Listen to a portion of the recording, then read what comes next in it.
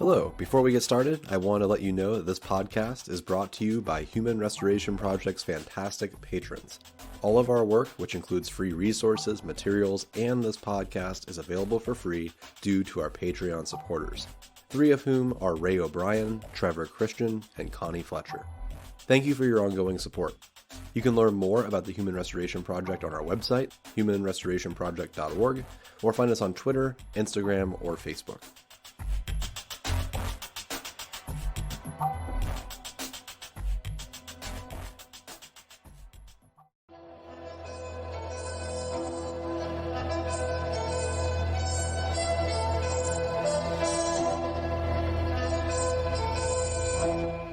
Hello, and welcome to Season 3, Episode 19 of Things Fall Apart, our podcast, The Human Restoration Project. My name is Chris McNutt, and I'm a high school digital media instructor from Ohio. In this podcast, we are joined by Brooke Tobia, a 6th grade STEM educator at High Tech High Middle North County in San Marcos, California, with her two students, Olivia and Avery. Together, they've co-developed and written the book, How to Teach Us, a Guide for Teachers written by students. Working in a PBL environment, roughly 60 different 6th grade students, split between Brooke and her co-teacher, researched, wrote, and published this work, which is available via Amazon. Within, you'll find a ton of information gathered from interviews with students that explains how different students learn and how to effectively teach them.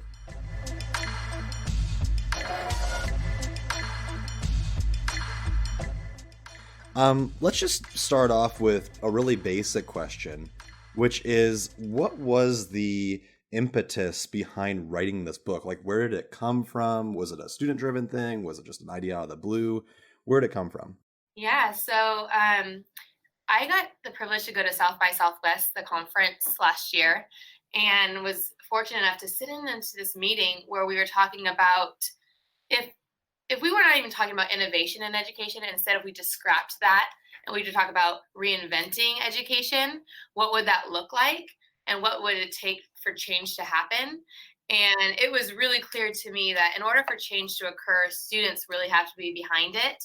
And when students' voice is present and they're talking about it and saying that these are the things that need to happen, educators really listen.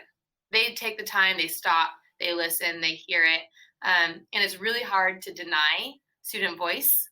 And so I really felt like there was a lacking of that happening in our education system. And we had this opportunity to work in projects. And so my partner and I'm the math science teacher, and then my partner is a humanities teacher. We got together, we had breakfast one morning, and we got to talk about what were all the things or the projects that we'd want to do that we would never be able to do, or that we really want our students to be able to take part in. I said, well, I want them to be a part of the change that needs to happen in education.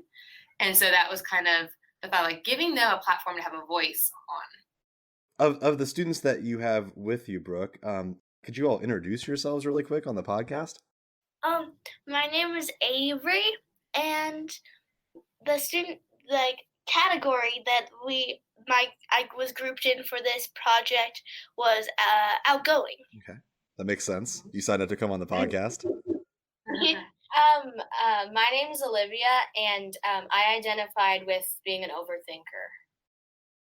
So to add a point of clarification on the students placing themselves into categories, How to Teach Us is subdivided into different chapters, each showcasing a different type of student. So for example, there's autistic, class clown, creative, fidgeter, independent, outgoing, overthinker, as well as a few others.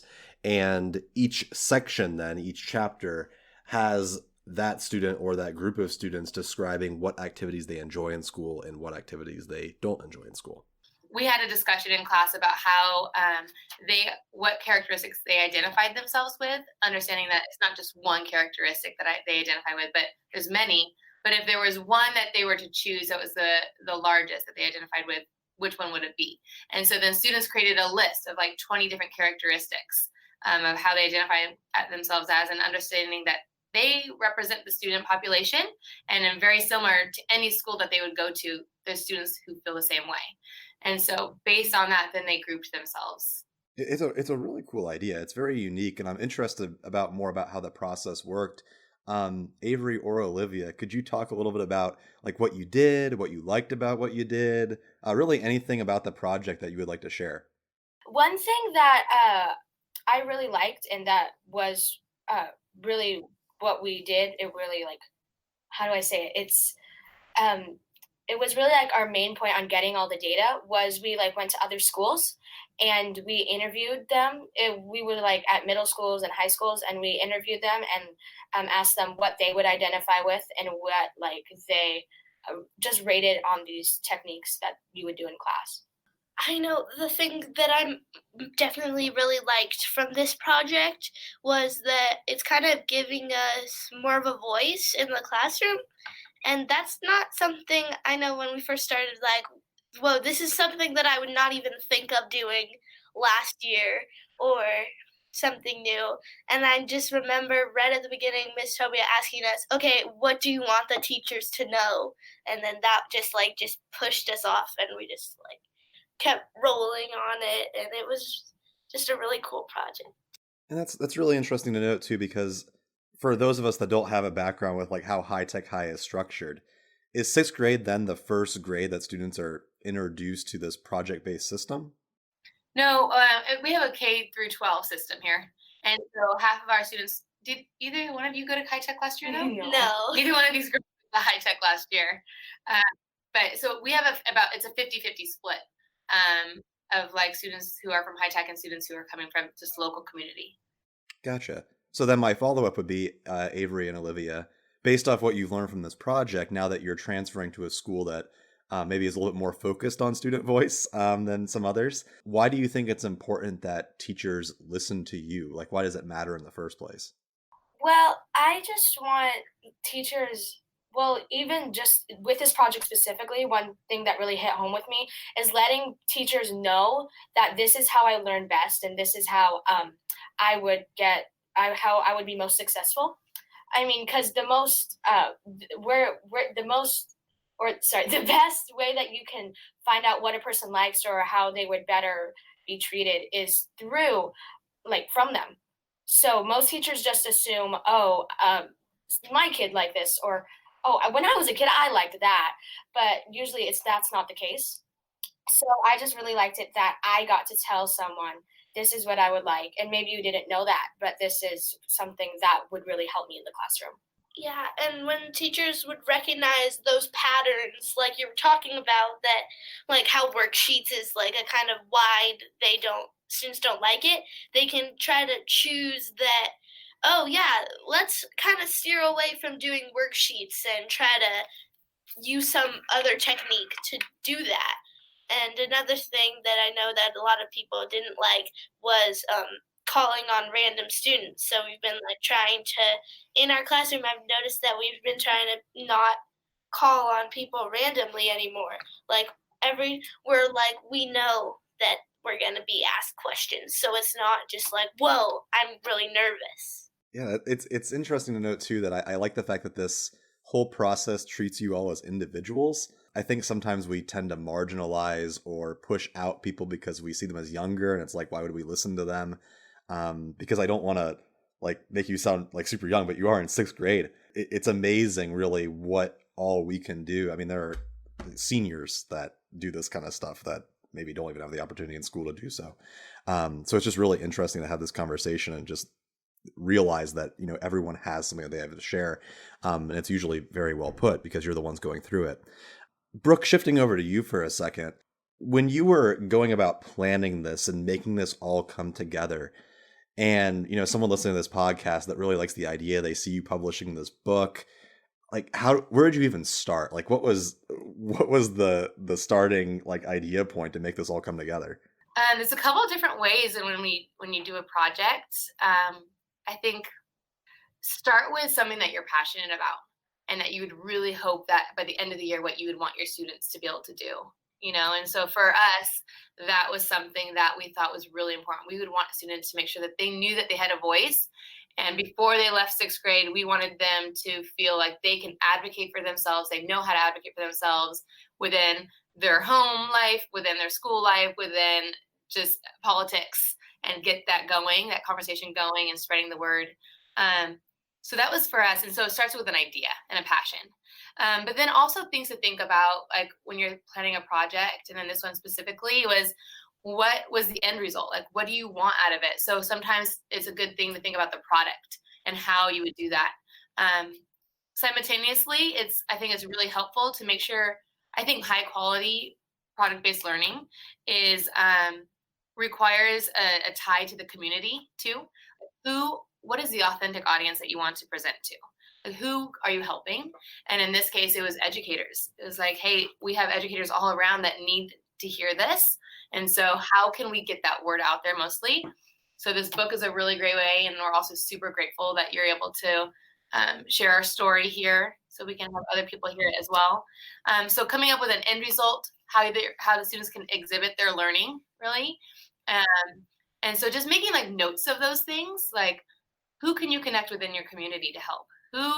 What is that end result that you would love to have? And making sure it's really authentic and helpful, not just a crafts piece, make sure it's really meaningful and relevant to the students.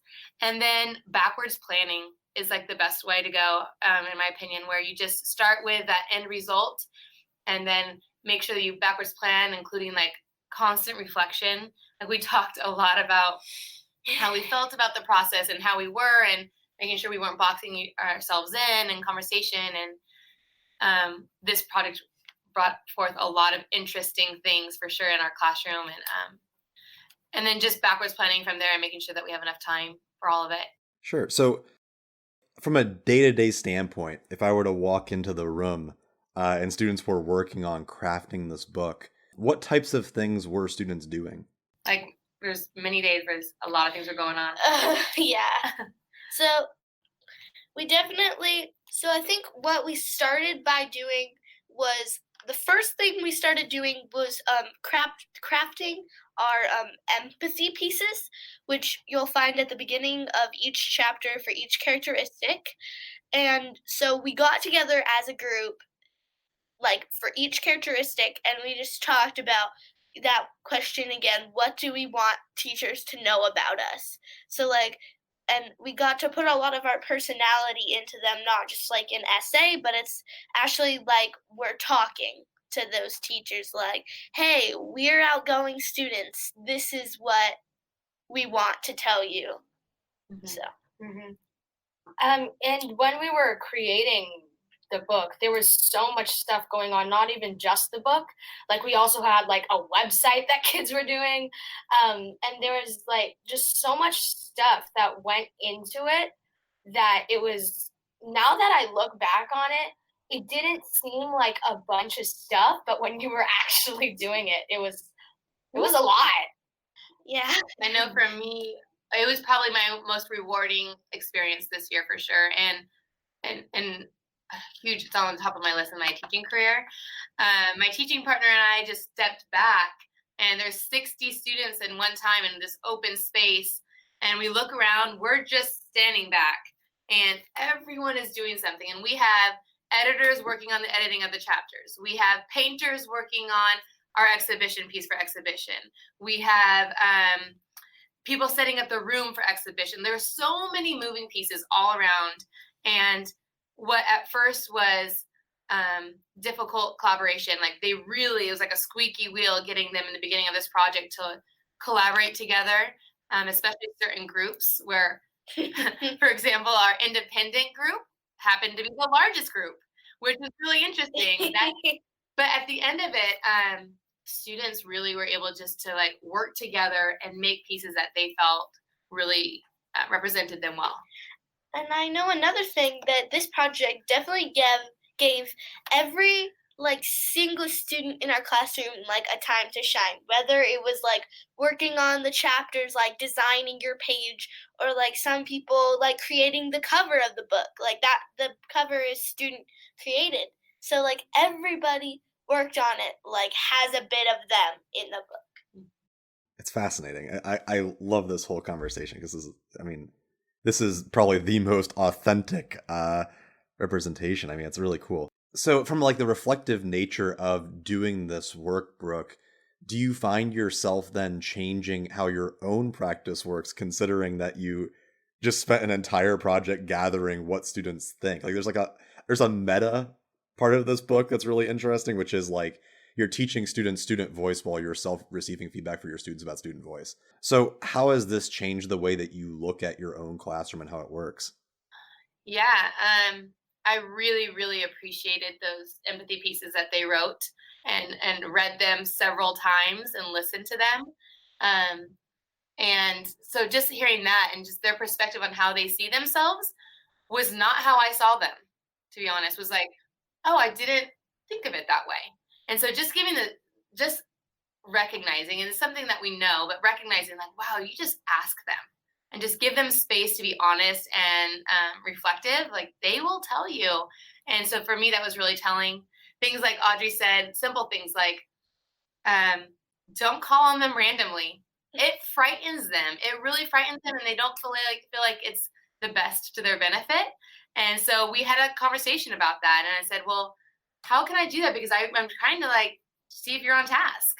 Like, are you listening or are you just doodling? Olivia's a big doodler, right? Like, Olivia, are you still like paying attention? And so instead of calling on them randomly, like giving them a heads up, like, I'm going to come back and check on you in a little bit. Or don't assign seats.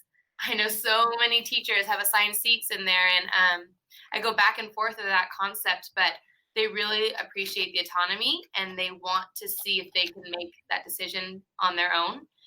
And every single student, like in our classroom, you guys, I would agree, like they said, let's try it. And if it's not working out, then I would love to have your feedback, Ms. Tobia, and see like if there's a better spot for me. It was almost like almost like a contract kind of thing. Like, okay, we're going to let you try this, but if you guys mess around, we're going to go back to like strict seating. But I know that just automatically made us like stay on task more. And yeah, just listening, like this is their space too. Like, how can we all just enjoy it? So those things really helped me. And then it was interesting from a teacher's perspective of how it was just the data show that it was just a really nice blend of the basic things in a classroom, like super simple. It says, in the first couple of pages of the book, it says to make sure that you have student choice included in the lesson plans that you have, like just a couple choices. Blend it with like computer work and collaboration and independence. So make sure that you're like thinking about that. So I go back to like my BITSA or when I'm first becoming a teacher days, and you're writing out all these lesson plans. I feel like I think about these things that the students are talking about more so than the other ways. It's like, how am I making sure that there's some independent think time in there?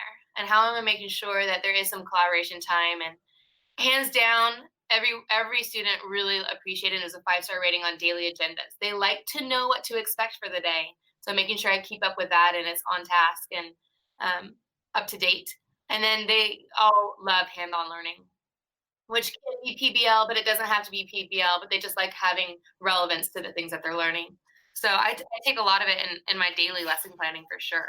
It also makes a lot of sense in the sense that you're having students do the things that they enjoy while they're actually crafting the book itself. As in, the thing that they're writing that they enjoy doing is the thing that they're writing about in the book.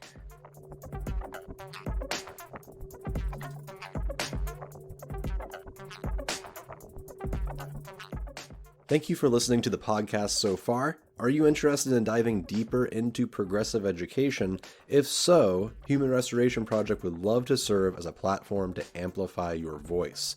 We're seeking writers to help contribute to our magazine. You can reach me at Chris, CHRIS, at humanrestorationproject.org to learn more. Now, back to our discussion.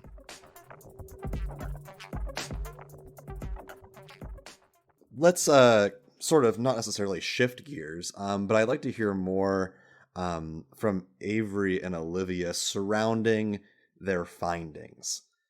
So there's a lot of stuff in this book. If I just kind of flip through it, it's almost overwhelming because there's like a lot of different things I have to compare and contrast, and there's no silver bullet in education. There's a lot of different things going on. Based off of what you researched and who you interviewed, Avery and Olivia, what were some takeaway points beyond what we've already spoken about? Or like, what were things that stood out that you felt were super important that you would want educators to know? So I actually wrote the summary of findings in the beginning of the book. So like I kind of did like a little bit on just a little bit of a summary. But I mean, like you said, it is kind of overwhelming once you see it. But something that I found was pretty cool is that like a shy student, but also an outgoing student kind of had this same idea or the same opinion on like the same thing, which was kind of cool to me because, like you're shy and then here's a person that like isn't. And it's like, oh, they have like the same opinion on something I thought it was pretty cool. But even if a teacher, I can see how teachers can find it a little overwhelming if they're trying to use it in the classroom.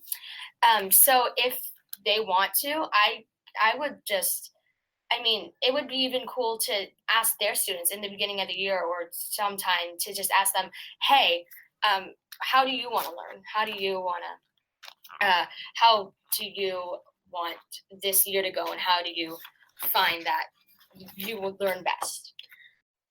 So when we were doing the data collection, going to the different schools for the interviews, we actually had this packet of questions that we did, and it was like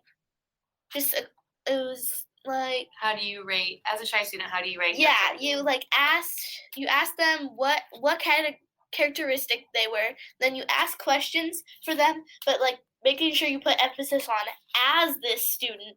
How would you answer? What would you put as this question rather than just them? So we can kind of narrow it down to more of that group rather than a bunch of different students. And then we actually have a little. That's the same interview. So we actually added that interview into the back of the book. So if teachers did want to give that to their students and ask the same kind of questions like Olivia was talking about, they can just go to that bit.ly that's there, and it's like bit.ly how to teach us or something. Yeah. And then they can give that same survey to their students and kind of collect the data for themselves too. Mm-hmm. But how would you suggest, Avery, like teachers use this? So I think that it shouldn't so they could use it as like, oh, I'm having trouble with this shy student in my class. Let's look at the pages about them. Sure, but I think another main point they should use the book for should be like when they're doing lesson planning. Like before they even get to those lessons, if they've like given their students that interview, they can just see that like before they start the lesson, what should I do to make sure the majority of the students in my class are successful with this project or assignment? Yeah, you sound like an education professor. That's awesome. Even though there isn't one way to meet every student's needs, that kind of has to be differentiated amongst different students. How do you feel like PBL or experiential learning helps foster an environment that fits as many needs as it possibly can? As in, how does like separating different roles, having all this different stuff going on, allow for all of these different students to learn effectively? That's one of my favorite things about PBL. Yeah, it's just one of the ways, like you said, right, that we can reach students. But I really take the opportunity that projects give us to let students shine and how they want to shine. And so I look at it more as an opportunity to support the whole child, in learning versus just like, this is the one thing that we're going to be learning through this project. It's kind of like, it opens up perspective. It opens up possibilities to see things in different ways for all of us.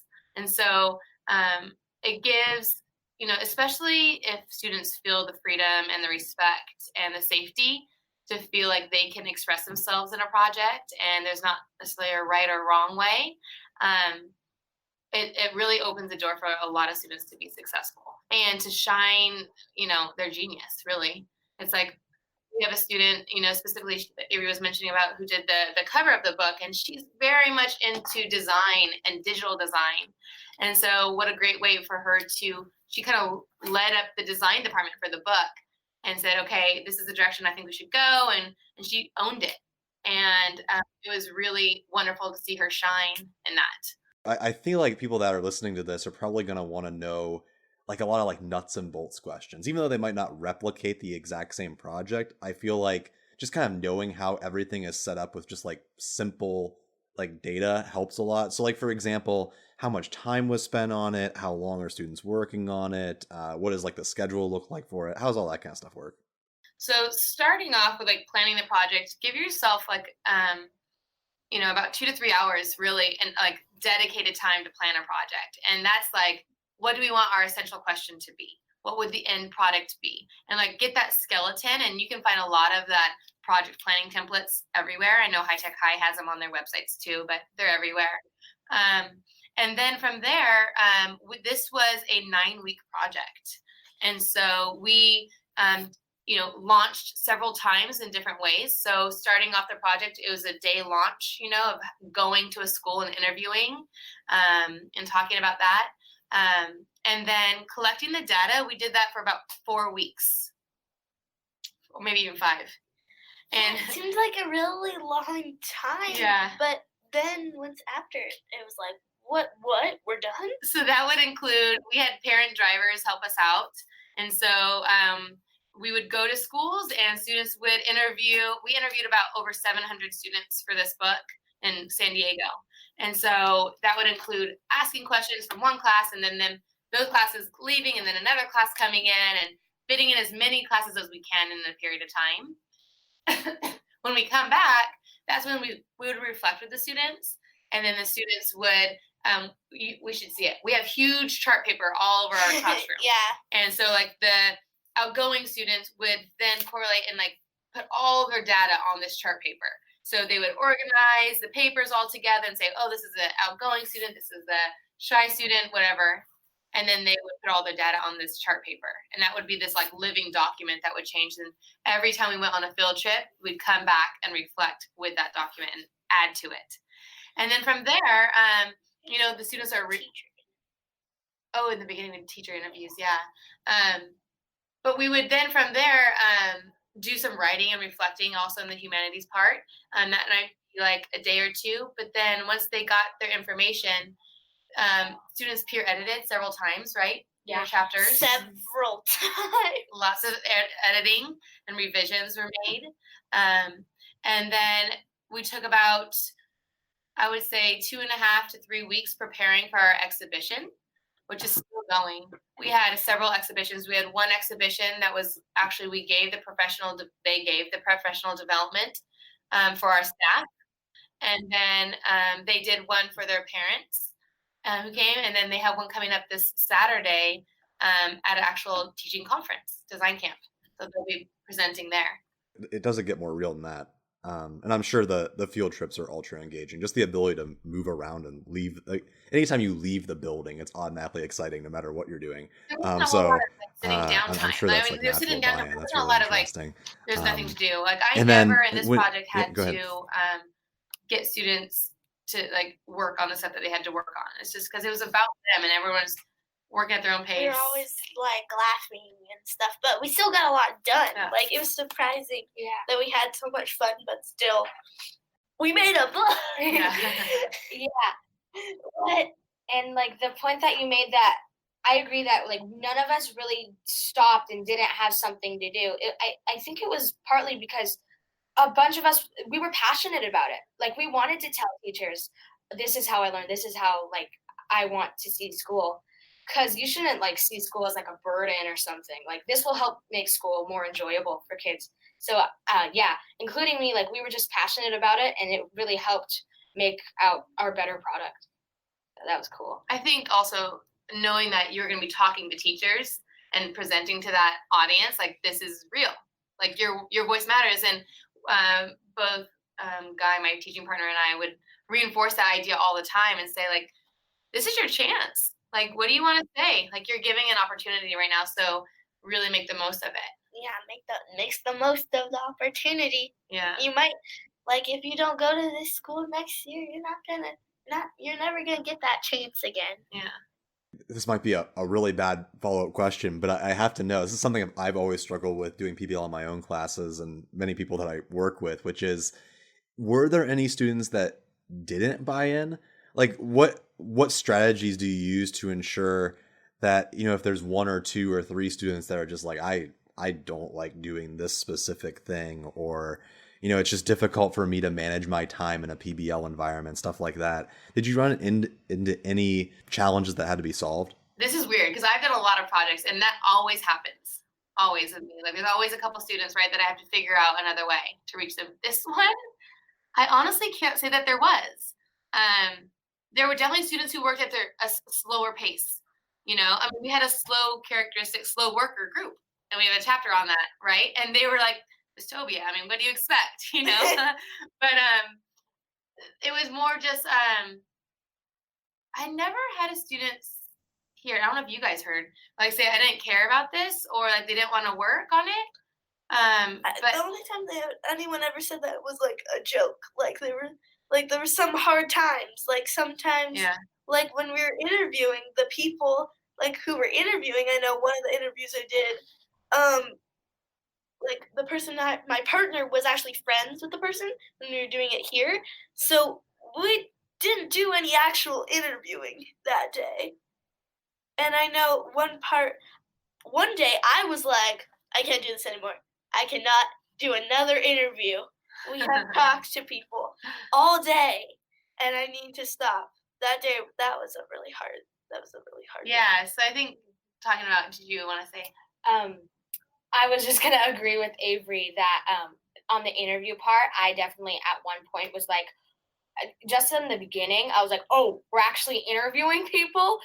And it's kind of different when you're with someone your age because you're like, oh, okay.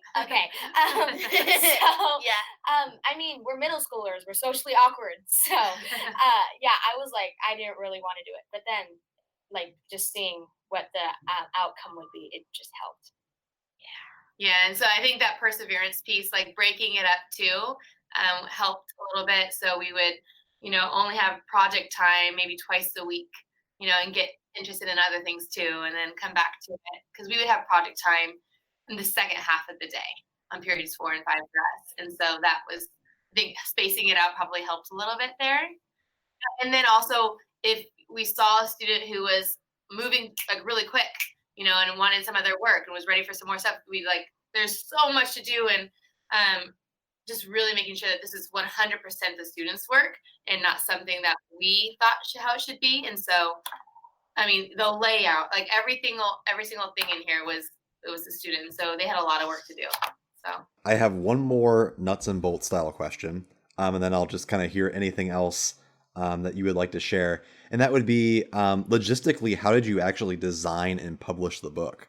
Like, what were the software, the publishing service? How did you go about doing all that? Okay, well, I'm gonna head that on to Avery because she was actually the one who did it.